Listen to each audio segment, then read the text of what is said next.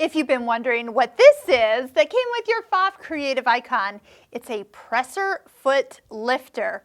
Now, there's two schools of thought. Number one, now that the machine lifts and lowers the foot with just a touch of a button on the front of your machine, some people don't use this. On the other hand, if you are one to be more hands-on, when you sit to sew, this could be your third hand. It's operated by your left knee, and we will be plugging it or putting it into the opening that is right under here. You might not have even known you had an opening there. So as you slide it in, there is a exact position, kind of a little towards 630, if I may say so, that as it sits in. This part here, you can maneuver, it's just twists, and you can put it so it lightly is guided up against your right knee when you do use it. So how is it actually used? You'll find that as you gently push against it, you will see and hear your presser foot lift a little,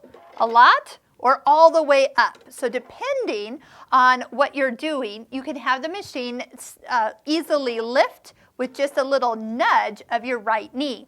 Now here's a little trick that I've done over the years, is if I am using the presser foot lifter, I will switch my foot control to be with my left foot. Now that just sounds weird if you are a right-handed person, but trust me, if you're sewing with your left foot and using this with your right side, you will tend to do them not at the same time. Trust me.